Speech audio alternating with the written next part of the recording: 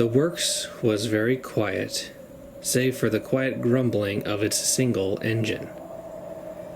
Sir Handel was sulking. Ever since Skarloey had gone away to be mended, he and Peter Sam were doing all of the work. He'd been asked to take a passenger train and had grumbled dreadfully all the way. These coaches, they were not like the coaches from his old railway, not the ones he was used to. To him, they were simply cattle trucks with their single axle and wheel. Real coaches, he would say, had bogies, and this railway had none. They'd grumbled and shrieked all the way up the line. At the top station, he'd left his train at the platform to get a drink from the water column. When he backed down to couple up to his coaches, his driver hadn't noticed a crate that had slipped off the porter's trolley and fallen on the line. The coaches had noticed, but they didn't say anything. They were cross with Sir Handel and wanted to pay him out. He'd hit the crates and managed to lever himself off the rails. He smashed into the station platform, damaging his rear wheels. Now he was in the works, alone and frustrated. Those blasted cattle trucks! I'll be sure to teach them a jolly good lesson when I next see them.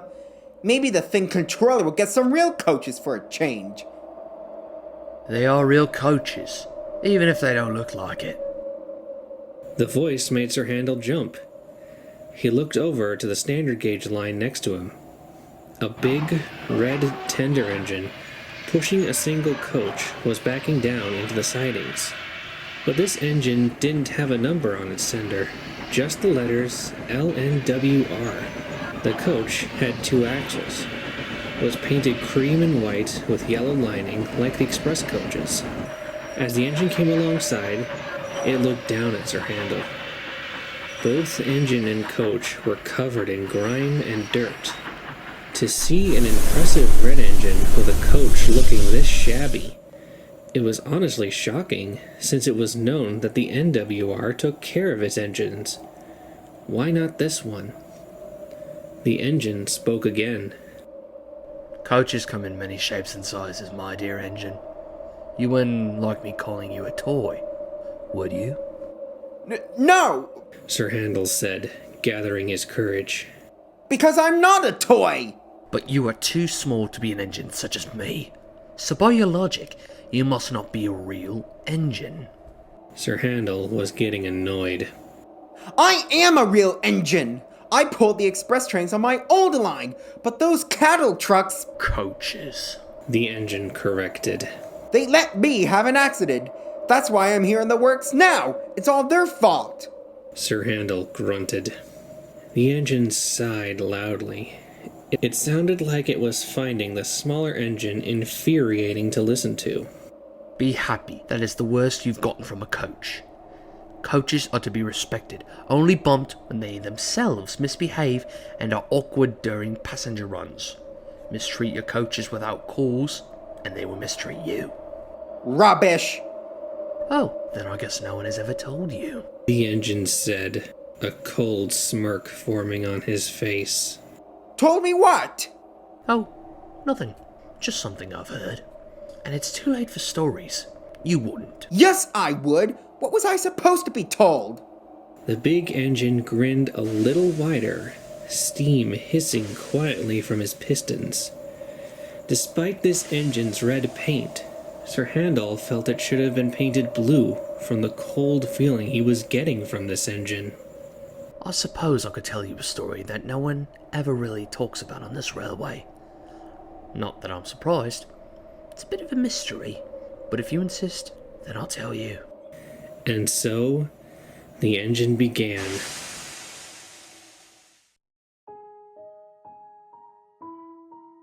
The Northwestern Railway had just been formed. The expansive line, reaching from Vickerstown to the end at Tidmouth, was going through a tough few years. The line's first 2 engines were too small to handle the workload. As such, the board of directors had brought many more engines on loan from other railways to help. And I'm sorry to say, frictions existed as the loaned engines treated the resident engines quite poorly. Oi you, take me coaches and up to it, Hop to it yourself. I'm getting this train ready. Thomas scoffed. Typical little shunter. No sense of duty. Late again! I thought you were supposed to be an express engine. Another engine wheeshed as Edward clanked into the station. Don't blame me. It was a faulty signal. Edward huffed, out of breath. Of course, it's always something else. You wouldn't have this kind of mess on the GER if the board of directors had any sense of progress. They'd allow head office to oversee everything. Another engine was a large Clawton from the LNWR. This engine had glistening red paint with black side plates. This engine, named Afton, was more picky about the kinds of coaches he was given. He saw all the old single-axle Victorian rolling stock as relics. Like the other visiting engines, he was absolutely appalled at the idea of pulling goods trains, because to see a grand engine such as him doing so was an insult. One morning, Afton huffed into the station. He was to be pulling the local stopping service today. But as he neared the station, he hissed angrily as he saw the coaches he'd been given. He was given the small single-axle coaches. While they were painted in the NWR cream and dark green, they were smaller and older than the bogie coaches given. What's this? I'm pulling this ghastly groaning train today? The indignity of it all! Just be happy you have a train to pull at all. Thomas hissed as he pushed the coaches up. I've had to hunt the yards for extra coaches. Then you can jolly well take these coaches away and bring me some proper coaches. I'm busy. Take them or leave them. Thomas huffed and hurried away into the yards before Afton could say anything more. Come on, old boy, let's get this over with, Afton's driver sighed. The coaches groaned as Afton backed up to them. They had heard what Afton had called them and were not happy. Who is this rude engine? Asked the lead coach. An improper engine if he's pulling us, said another. I'd rather be pulled by Edward or even Thomas. At least they are proper engines who know how to treat coaches right, the brake coach added. Shut up! I am a proper engine. Better than Tiny Thomas or Old Iron Edward. Now come along! The guard's whistle blew and Afton huffed out of the station in a rage. His face was almost as red as his paint. As Afton raced down the line, the old coaches groaned and creaked. They were older and were not used to running at express train speeds. They tittered nervously as they rolled along. Slow down! Slow down! They wailed. Shut up! Shut up! Afton barked back. Just then, the brakes on the train came on.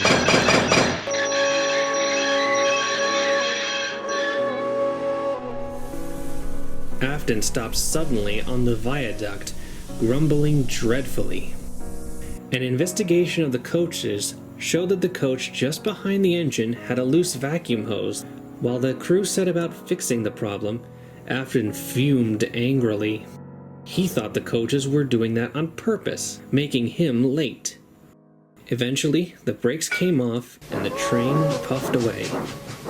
When Afton arrived at the last station, the big red engine hissed mournfully as he moved around the yard to shunt his own coaches away. The coaches tittered grumpily as he did so. At last, the journey is over, one said. I felt like my windows were going to fall out, said another. At least you two were further away from him than I was. I had to endure his groaning all the way here, said the lead coach. it would have been better if you'd not decided to hold me up, you rotten old antique. What? You blame me for that? That was your fault. Pull the other one, you horrid thing. It's not my fault you don't know how to pull coaches, you rotten red sausage. Afton quickly lost his temper. His boiler pressure shot up, and amid the hiss of his safety valve, there was a bang, and then a splintering crunch. Afton hadn't been paying attention when he'd entered the carriage sidings, and had run his coaches into the buffers hard. The buffers were bent and broken, but they were not the most damaged. That honor belonged to the coach behind Afton's tender. It was squashed between him and the second coach, crushed into a pile of splintered wood and bent metal. The other coaches shrieked in horror at the fate of their sister. Afton just sniffed indignantly. This is what you get for being weak, old antiques. If you only been proper coaches, this wouldn't have happened.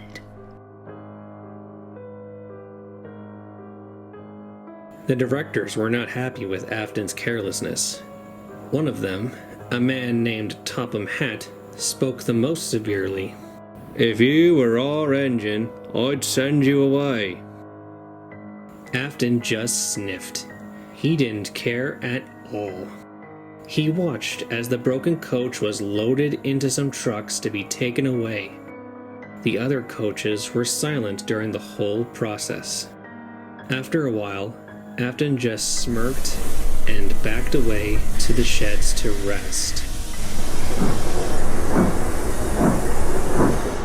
Afton's driver was assigned to another engine to learn how to properly handle coaches, and Afton himself was shut up in the shed for a few weeks before the directors allowed him to pull trains again. The other visiting engines were the only ones to show any sympathy for his careless handling. During his stay in the shed, a new train was offered by the Northwestern Railway. It was a late-night train that offered an express run to Tidmouth, called the Midnight Special. The bigger tender engines enjoyed the job immensely. The idea of a non-stop run from one end of the island to the other under the stars made them feel very important. Soon it was Afton's turn to pull the Midnight Special. About time I had a named train of my own to pull, and with proper coaches, and no less. The only thing better would be the express, he said loudly. The other engines just groaned. They ignored the big red engine's boasting until he left the shed. Afton puffed into the station, bubbling with excitement as he coupled up to the lead coach. He was so excited that he never looked back once at the rake of coaches he was pulling. No one noticed the coach closest to the engine didn't belong in the consist. It was painted cream and green, just like the Express. But it was smaller and had no bogies, just 2 axles. It was filthier and didn't look like a coach belonging on a prestigious train such as the Midnight Special. The guard blew his whistle and the train set off. Over the sound of the engine puffing, there was a loud groaning noise that came from the lead coach. It sounded like it hadn't been oiled in a long time. Soon, the express passed under the signals and was gone in a cloud of steam.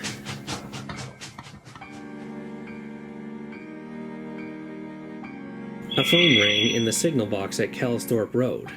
When the signalman answered it, it was a call from the signalman at Kildane.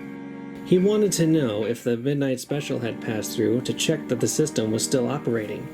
The Kelsthorpe signalman said he'd received a bell from the Crovansgate signal box a long time ago, but the express hadn't come yet. He checked his watch. The express was running half an hour behind. Just before the signalman could hang up the phone to call Crovansgate to send a work train to check the line, there was a knock at his door. He opened it to see the Midnight Special's guard standing there, panting heavily. Have you seen our engine? He asked. What engine? No engine has passed by my box for over an hour. The guard then went pale. That's not possible. You must be mistaken. I've just come from the Midnight Special, and I've not seen our engine anywhere. I swear on me mother's head, no train puffed past this signal box, I would have seen it. Come on, man, you're speaking all kinds of rubbish. I am not. Our entire train is missing its engine. It's like it's disappeared into thin air. Come on, mate. Have a cup of tea and explain what you're trying to say.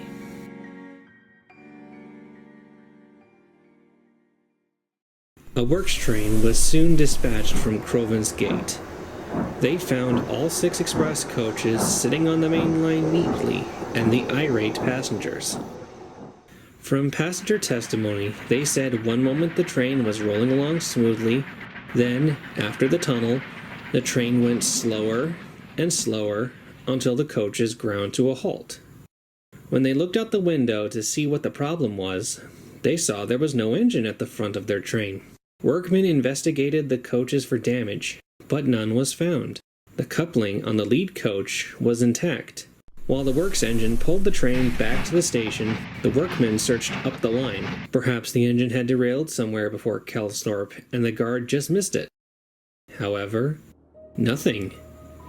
No trace of an engine, or even an accident, could be found. The engine crew was found the next morning, asleep on a bench at Crovan's Gate by a cleaner making the rounds before the first service of the day. When asked how they got there, they had no memory of what happened after their engine entered the tunnel. Just that, one minute they were entering the tunnel, and the next they were waking up on the platform. A massive search was held to look for the engine, but nothing could be found. For a long time, the Midnight Express was discontinued as the more superstitious passengers refused to ride the express after midnight, worried that if a whole engine could vanish, then why not a whole train of passengers? The mystery deepened when many of the passengers expressed concern for the people who might have gotten in the first coach. The investigators noted that all the coaches were still on the train, but the passengers were insistent that a coach was missing from the express, a small coach just behind the engine. Station staff, porters, and the engine crew of the shunder who assembled the train were just as adamant that they had gathered the rake of 6 express coaches, no more, no less. After extensive investigations, relief was brought to the passengers to hear that everyone who'd bought a ticket for the Midnight Express was accounted for. But the mystery remained. What happened to the engine and the alleged coach? How could an engine's crew wake up at a station with no memory of how they'd gotten there? To this day, the file remains in the Vicarstown police files as unsolved.